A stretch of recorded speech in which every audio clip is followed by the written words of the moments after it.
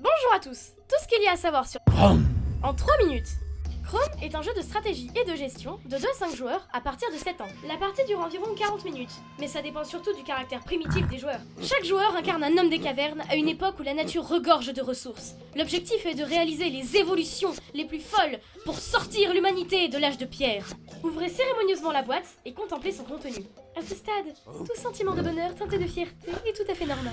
Le jeu est composé de nombreuses cartes, évolution, chasse, cueillette, destination et bonus, ainsi que d'une multitude de jetons ressources, bois, os et cailloux, quelques cœurs et surtout de chrome. Entrons enfin dans le vif du sujet. Placez le plateau territoire au centre de la table. Mélangez les cartes et placez-les sur leur emplacement respectif. Piochez 4 cartes chasse et 4 cartes évolution et placez-les également à leur emplacement sur le plateau. Ensuite, placez les jetons bois dans la forêt, les os dans la savane et les cailloux dans la montagne. Ah oui, n'oubliez pas de placer les jetons chrome au centre du territoire. Distribuez 4 cartes destination, 5 jetons chrome et une carte personnage à chaque joueur. Les figurines se placent dans la caverne. Pour finir, chaque joueur pioche une carte bonus. Bon, je crois qu'on a tout. On peut commencer. Une partie comprend plusieurs tours qui se composent chacun d'une phase de déplacement et d'une phase d'action. Concernant le déplacement, chaque joueur choisit secrètement une carte destination et la dépose, face cachée devant lui. Les cartes sont dévoilées simultanément et les joueurs disposent leurs figurines sur le territoire ciblé. Attention, on ne peut pas rester 2 fois de suite sur le même territoire. Concernant les actions, on joue d'abord la caverne, ensuite la forêt, la savane et la montagne. Lorsqu'un joueur se trouve dans la caverne, soit il se repose et gagne 3 chromes, soit il dépense ses chromes pour acheter autant de ressources, de cartes bonus et de points de vie qu'il le désire au prix de 3 chromes la ressource, 2 chromes la carte bonus et 1 chrome par tranche de 2 points de vie. Lorsqu'un joueur se trouve dans la forêt, il pioche une carte cueillette et applique aussitôt ses effets. Il peut aussi piocher des cartes cueillettes supplémentaires en dépensant des chromes. Lorsqu'un joueur se trouve dans la savane, il choisit une cible parmi les 4 proies présentes, puis il lance le nombre de dés indiqués sur la carte. Il peut acheter jusqu'à 2 dés supplémentaires à raison de 2 chromes par dé. Si le résultat total est supérieur ou égal à la résistance de la proie, le joueur gagne les ressources indiquées. La carte est défaussée et une nouvelle carte est piochée pour la remplacer. Si le résultat total est insuffisant, le joueur ne gagne rien. La honte.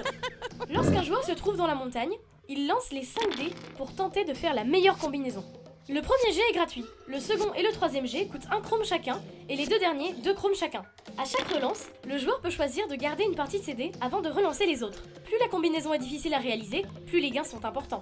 Si plusieurs personnages sont sur le même territoire, y'a baston! Chaque joueur impliqué lance un dé. Celui qui obtient le meilleur résultat joue en premier. Les autres perdent autant de points de vie que la différence entre leur score et celui du vainqueur, puis jouent dans l'ordre décroissant de leurs résultats. Si les points de vie d'un personnage tombent à 0, il est assommé et perd son tour. Son agresseur en profite sournoisement pour lui faire les poches et lui voler une ressource, ou une carte bonus, ou la moitié de ses chromes. Au tour suivant, la victime récupère 6 points de vie et reprend la partie. Les cartes bonus permettent de faire des coups bas. Elles sont conservées face cachée et sont jouées selon les conditions indiquées. À tout moment pendant son tour, un joueur peut réaliser une évolution s'il peut remplir toutes les conditions requises indiquées sur la carte. Une fois l'offrande accomplie, il récupère la carte et gagne les points affichés. À la fin de son tour, chaque carte évolution récupérée est remplacée par une nouvelle. L'objectif d'évolution varie selon le nombre de joueurs.